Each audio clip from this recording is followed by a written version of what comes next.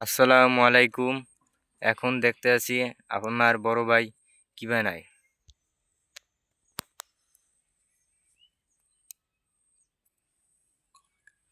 দেখুন আমার বড় ভাই কিভাবে নৌকাটা বানিয়েছে। আশা করি আপনাদের কাছেও ভাল লাগবে খুবই। খেজুর পাতা দিয়ে কিভাবে নৌকা বানাচ্ছে দেখুন। এটা পানিতেও চলে। দেখুন আবার একটি বানাবে। ভাই এটি কি পানিতেও চলবে না? জি চলে। দেখুন কিভাবে বানাচ্ছে। এটা হয় না। এটা এককালে এই যে সবাই পারবেন বানাইতে আশা করি, না? একাল ভালো ডালাইবেন। পাতা বেশি ভালোটা লবেন যে চিড়ে ফাড়া না থাকে নাকি? হুম। চিড়ে ফাড়া থাকলে পানি ওঠার সম্ভাবনা। হয় না। ওই দেখছেন যেটা একটু আগাও আবার পাতার আগা কাটা লাগবে যে হুইস, নালে হানবে না।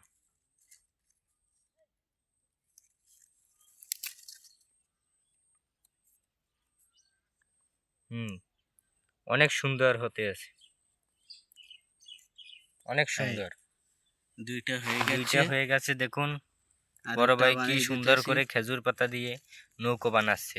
আরো একটা বানাবে। ভাই এটি সবাই তো পারবে নাকি? হুম।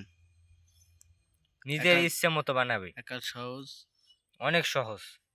আর তো এদিকে দিয়েও করতে মানে পারবেন। বড়ও দেখতে পারবেন, যে আর যেরকম ইচ্ছা সেরকমই বানাতে পারবেন। তো হইতেছে না।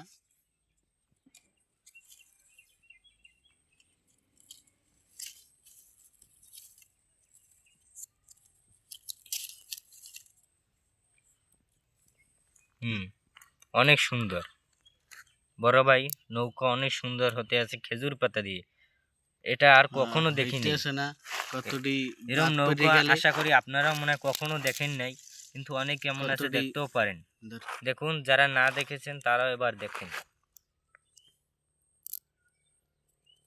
অনেক সুন্দর হতে আছে নৌকা। হুম। অনেক পানিতে সুন্দর। ভাসাই দেবো। পানিতে দেবেন? হুম। চলেন এখন দেখাবো কিভাবে পানিতে চলে নৌকা। এই অনেক সুন্দর ঠেলে দিছি। এই অনেক সুন্দর। কয়টা নৌকা ওটা ভাসতে আছে না।